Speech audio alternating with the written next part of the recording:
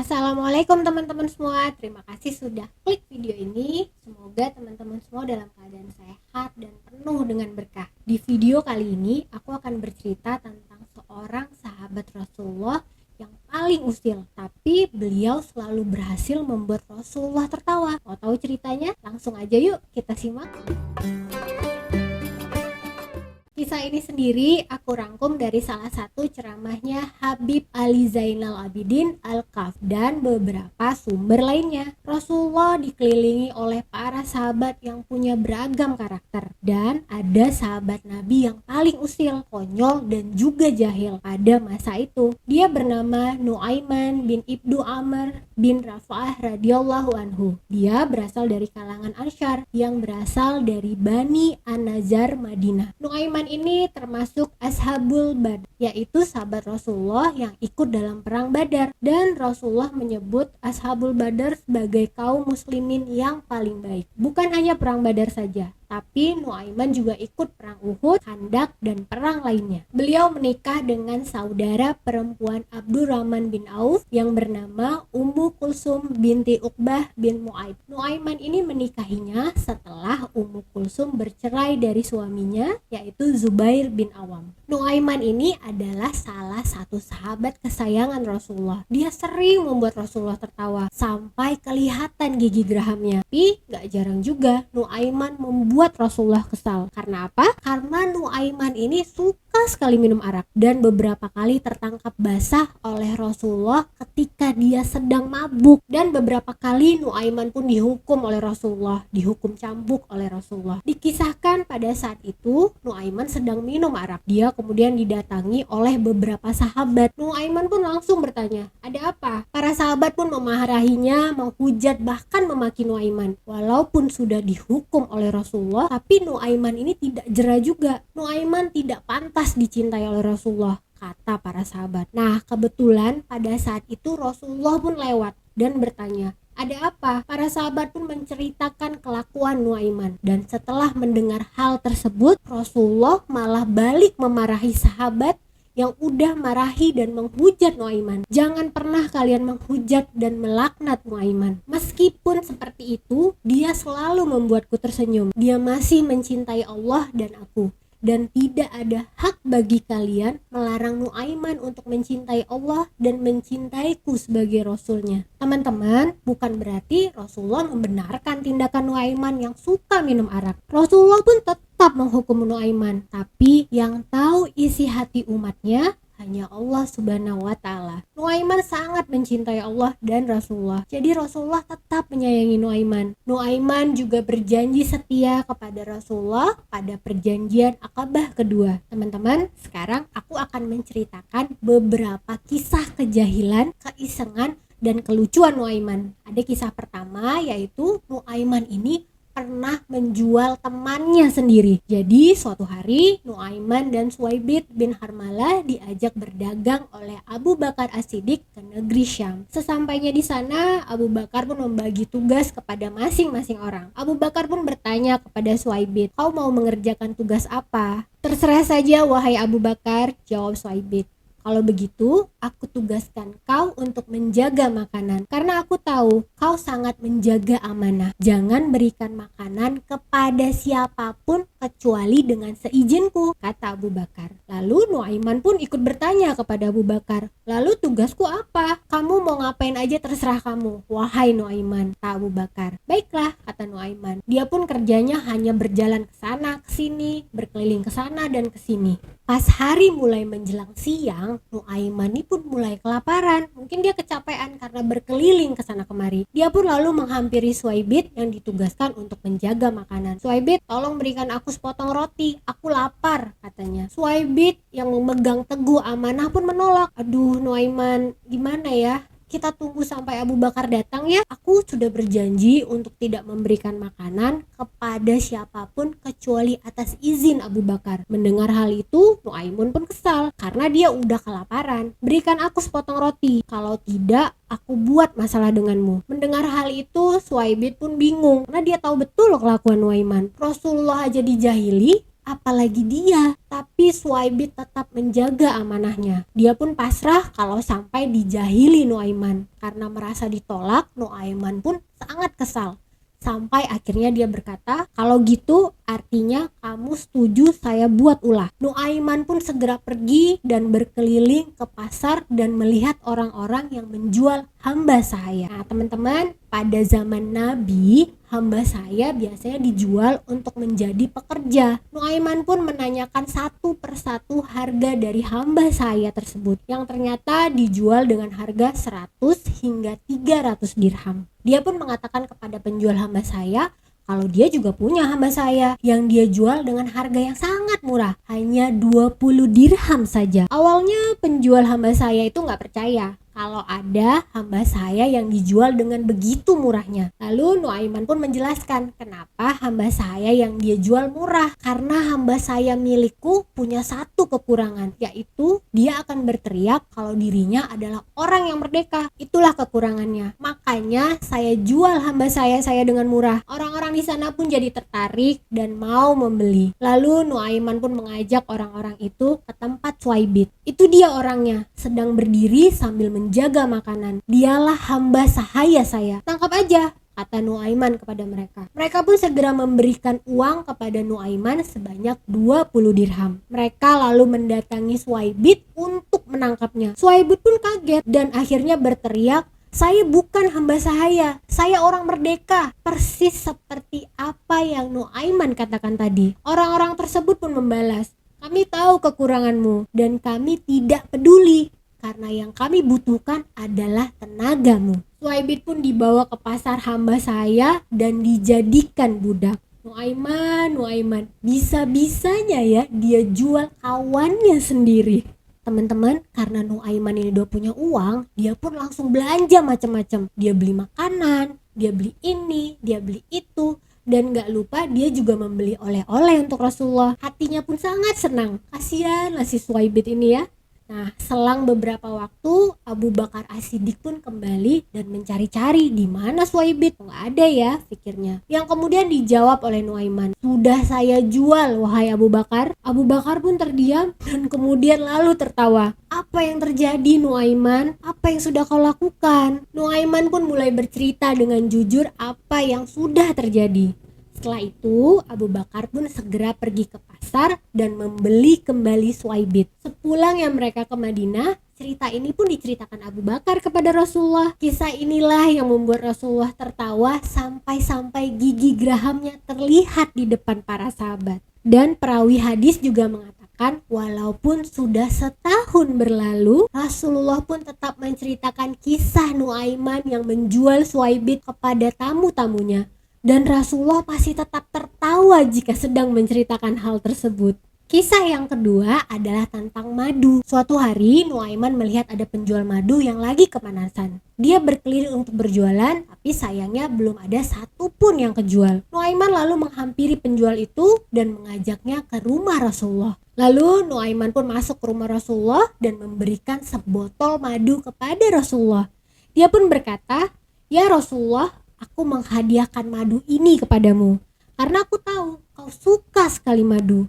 Ambillah madu ini ya Rasulullah, kata Nuaiman sambil senyum-senyum sendiri. Setelah itu Nuaiman pun menjumpai penjual madu dan berpesan, aku akan pergi karena masih ada urusan. Sebentar lagi penghuni rumah ini akan keluar dan membayar madumu. Penjual itu pun sangat senang karena emang madunya belum ada yang laku. Lama penjual madu itu menunggu, tapi gak ada seorang pun yang keluar dari rumah Rasulullah. Karena udah terlalu lama menunggu, akhirnya penjual madu itu pun mengetuk pintu rumah Rasulullah. Wahai tuan, bayarlah maduku. Mendengar hal itu, Rasulullah pun kaget dan langsung memahami situasinya. Ini pasti perbuatan Nuaiman, kata beliau sambil menggeleng-gelengkan kepalanya dan tersenyum. Rasulullah pun segera membayar madu itu. Setelah kejadian itu, Rasulullah pun memanggil Nuaiman. Rasulullah meminta penjelasan tentang kejadian waktu itu. Tapi justru jawaban dari Nuaiman lagi-lagi membuat senyum di wajah Rasulullah. Nuaiman pun berkata,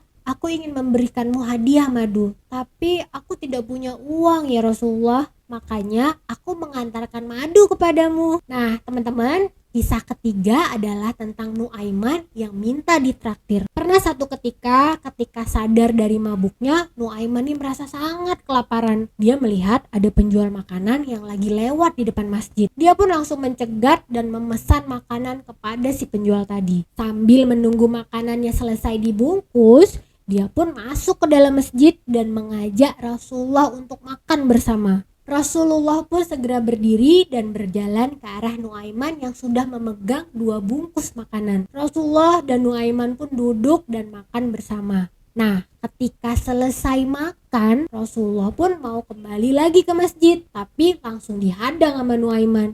Ya Rasulullah, mau kemana? Setelah makan harus bayar, wahai Rasulullah. Rasulullah pun terdiam dan langsung tersenyum. Yang memesan makanan ini kan kamu, wahai Nuaiman. Betul ya Rasulullah, tapi masa saya yang bayari Rasulullah? Kan Rasulullah pimpinan saya. Mana ada anak buah yang bayari pimpinannya makan? Jawab Nuaiman.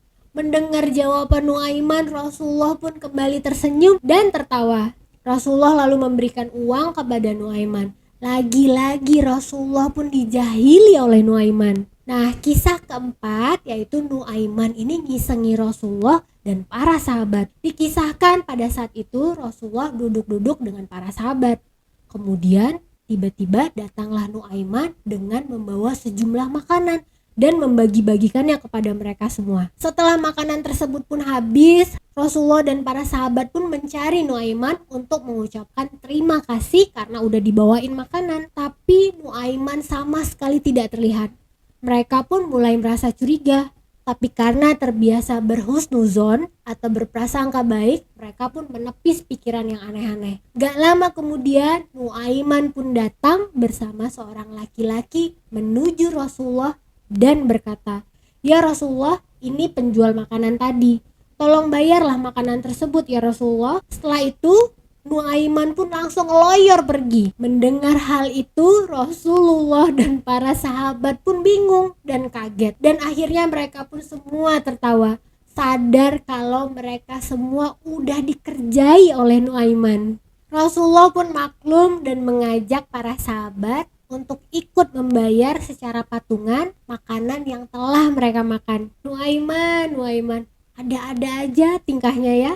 Nah, kisah kelima yaitu Nuaiman menyembelih unta. Diceritakan Nuaiman ini pernah menyembelih unta milik tamu Rasulullah. Saat itu Rasulullah kedatangan tamu yaitu delegasi dari berbagai negara yang sengaja datang untuk mencari tahu tentang agama Islam. Para delegasi tersebut pun datang dengan mengendarai unta yang bagus, besar dan gemuk, yang udah pasti mahal harganya. Saat tamu-tamu itu datang, rumah Rasulullah pun dijaga oleh 4 orang sahabat, yaitu Sayyidina Hamzah, Umar bin Khattab, Ali bin Abi Thalib, dan Sa'ad bin Abi Waqqas. Mereka semua pun duduk di depan rumah Rasulullah yang berdekatan dengan tempat diparkirkannya unta-unta tersebut. Gak lama kemudian, Nuaiman pun datang menghampiri mereka dan ikut ngobrol serta bercanda. Tiba-tiba, Sayyidina Hamzah pun berkata kepada Nuaiman, "Nuaiman, kau lihat unta tamu Rasulullah itu? Udah lama ya kita gak makan daging unta." Nuaiman pun segera melihat ke arah unta tersebut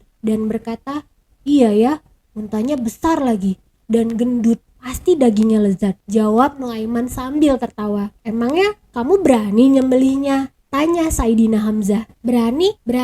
Tapi kalian jangan bilang sama Rasulullah ya." Para sahabat pun kemudian tertawa. Mereka menganggap itu hanya candaan aja, tapi ternyata Nuaiman gak menganggap itu candaan. Para sahabat pun terus berbincang tanpa menyadari bahwa Nuaiman pun udah menyelinap pergi. Dan pada saat Nuaiman kembali, para sahabat kaget luar biasa. Karena apa?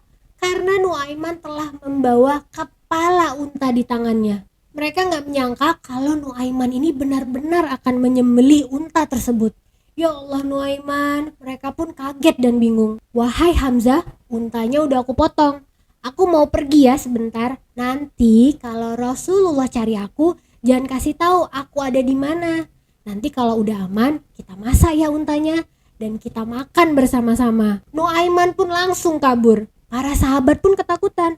Apa yang akan mereka katakan kepada Rasulullah dan si pemilik unta? Gak lama Rasulullah pun keluar dengan tamu-tamunya.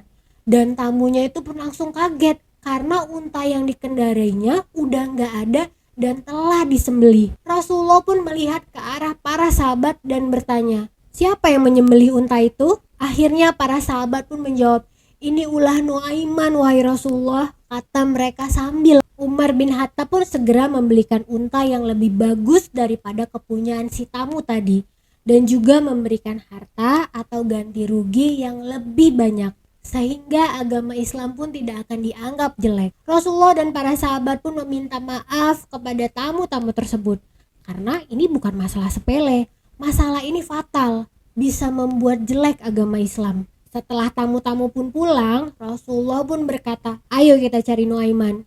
Rasulullah dan para sahabat pun mencari Nuaiman di seluruh kota Madinah. Pada saat itu, Nuaiman ini udah kabur hingga ke perbatasan Madinah. Kemudian, Nuaiman pun bersemu dengan sahabat yang bernama Al-Miqdad ibnu Aswad. Pada saat itu, Al-Miqdad sedang menggali sumur. Nuaiman pun langsung bicara dengan Al-Miqdad. Wahai Miqdad, sahabat Rasulullah yang hadir dalam perang Badar, kamu adalah orang yang hebat. Bla bla bla, dipuji-pujinya Al-Miqdad. Ada maunya ini orang. Al-Miqdad pun bertanya, ada yang bisa saya bantu wahai Nuaiman? Al-Miqdad, tolonglah saya. Apa yang terjadi Nuaiman? Kamu ini adalah kekasih Rasulullah, orang yang disayangi oleh Rasulullah. Ada apa? Saya sedang dikejar oleh orang jahat. Tolong selamatkan saya. Bolehkah saya bersembunyi di dalam sumur yang sedang kau kerjakan itu? Al-Miqdad pun tidak keberatan dan langsung mempersilahkan Nuaiman untuk masuk ke dalam sumur. Silahkan ya Nuaiman, masuklah ke dalam sumur. Nuaiman pun langsung masuk ke dalam sumur tersebut. Tapi terus dia nongol lagi dan dia berpesan kepada Al-Miqdad, nanti kalau ada orang yang cari saya, jangan katakan ya kalau saya ada di sini. Terus Nuaiman pun melanjutkan kata-katanya, siapapun orangnya ya, walaupun itu Rasulullah. Iya, baiklah Nuaiman. Dalam hati Miqdad pun berpikir gak mungkin Rasulullah datang ke tempat sejauh ini. Berjanjilah kau Al-Miqdad, kata Nuaiman lagi memastikan biar Al-Miqdad gak akan kasih tahu siapapun. Iya, saya berjanji, kata Al-Miqdad. Al-Miqdad ini iya aja ya teman-teman, karena emang dia kan gak tahu apa yang terjadi. Nuaiman pun masuk ke dalam sumur dan sumur tersebut kemudian ditutupi oleh pelepah kurma. Gak lama kemudian Rasulullah dan para sahabat pun mendatangi Al-Miqdad. Al-Miqdad pun bingung dan heran kenapa Rasulullah dan para sahabat bisa sampai ke rumahnya, karena emang rumah Al-Miqdad ini jauh sekali, ada di perbatasan Madinah. Ada apa ya Rasulullah? Rasulullah pun menjawab, kami sedang mencari Nuaiman. Apakah kau melihatnya? Innalillah, kata Al-Miqdad. Gak dijawab ini Rasulullah. Kalau dijawab dia ingkar sama Nuaiman. Al-Miqdad pun bingung sebingung-bingungnya. Akhirnya Al-Miqdad menutup matanya, tapi tangannya mengarah ke galian sumur yang ditutupi daun kurma sambil berkata, wahai Rasulullah, saya tidak melihat Nuaiman, tapi tangannya tetap menunjuk-nunjuk ke arah sumur tersebut. Rasulullah pun paham maksud Al-Miqdad. Rasulullah pun segera menghampiri sumur itu dan membuka daun-daun yang ada di atasnya.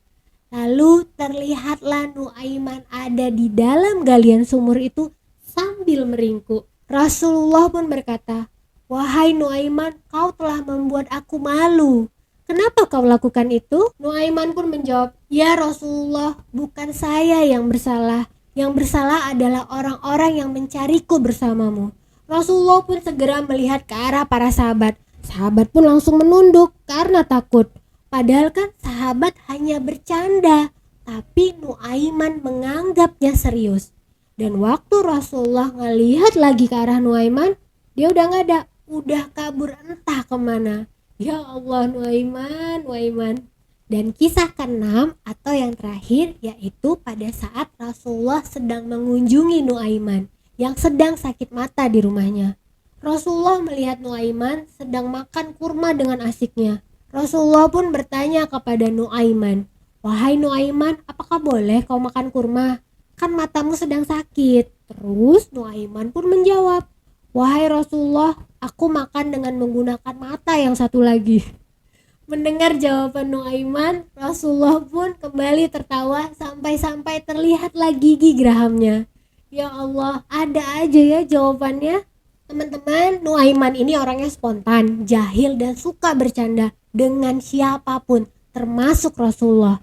Dia sering sekali ngerjain dan ngebuat Rasulullah tertawa. Rasulullah pun pernah bersabda tentang Nuaiman. Yang pertama, Nuaiman akan masuk surga sambil tertawa karena dia suka membuatku tertawa. Dan yang kedua adalah orang yang tidak bergembira dan tidak membuat orang lain bergembira adalah orang yang tidak memiliki kebaikan. Tidak ada catatan kapan Nuaiman ini lahir, tapi dia meninggal dunia pada tahun 31 Hijriah atau 652 Masehi.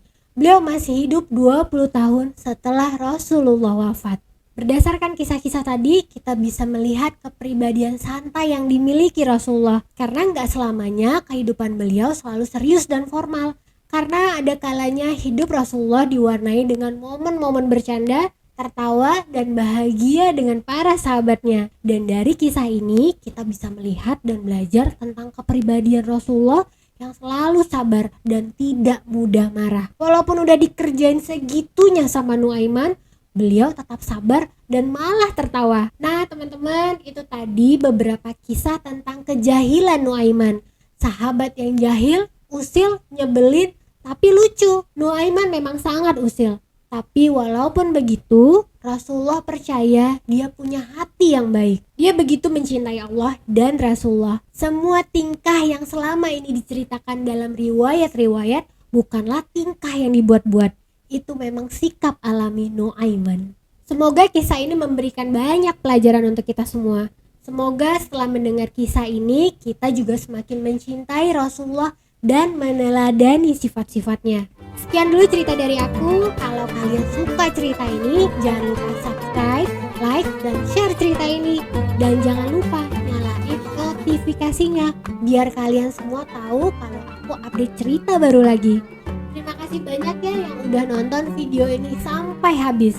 Sampai bertemu di video selanjutnya. Assalamualaikum warahmatullahi wabarakatuh.